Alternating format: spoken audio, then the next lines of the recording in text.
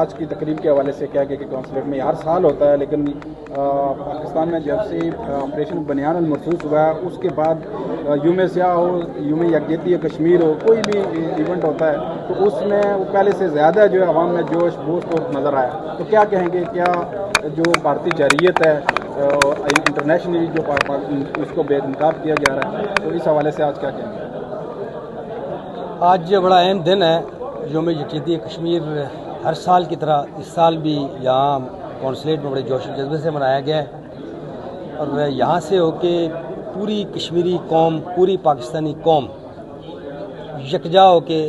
اتحاد اور اتفاق کے ساتھ اس پار جو ہمارے کشمیری ہندوستان کی سنگینیوں کے سائے کے نیچے جو تحریک آزادی کشمیر کی جنگ لڑ رہے ہیں، ہم ان کو یہ پیغام دے رہے ہیں کہ ہم ان کے ساتھ ہیں، ہم ہر قربانی دینے کے لیے ان کی تحریک آزادی کے جو جدوجہد ہے اس میں ان کے شانہ بشانہ ہیں۔ یہاں UAE کے کشمیری، پاکستانی، پورے اوورسیز کشمیری جہاں جہاں جس ملک میں آباد ہیں، پوری یکجہتی کے ساتھ ہم ان کو یہ کہتے ہیں، اور ہندوستان کے انشاءاللہ مذموم ارادے انشاءاللہ وہ خاک میں ملیں گے، اور اقوام متحدہ، اقوام عالم کو بھی ہم یہ بات کہنا چاہتے ہیں کہ وہ اپنے چارٹر کے اندر جو قراردادیں تھیں 48 میں 49 میں وہ ان پر عمل درآمد کروائے، اور کشمیریوں کو ان کا حق استفاب رائے، حق رائے دہی، ان کو وہ جو حق ہے کہ انہوں نے اپنے مستقبل کا فیصلہ حق رائے دہی سے کرنا ہے، اس حوالے سے وہ اس عہد کو ایفا کریں،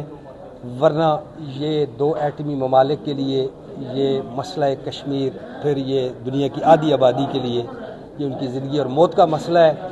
اور اس پہ ذمہ داری کا مظاہرہ کیا جائے، اقوام عالم اس پہ ذمہ داری کا مظاہرہ کرے، UNO اس پہ ذمہ داری کا مظاہرہ کریں، اور وہ ہندوستان کو مجبور کریں کہ وہ اس زمین کے اس خطے کے لیے جو انسانی جانوں کے ساتھ کھیل رہے ہیں اور قتل و غارت کر رہے ہیں، اور کشمیریوں کو ان کے حقوق پامال کیے جا رہے ہیں، وہ ان کو حقوق بھی واپس کریں، اور ان کو استفاب رائے کا حق دے کے ان کو مستقبل کے حوالے سے ان کو فیصلہ کرنے کی آزادی دی جائے۔ شکریہ۔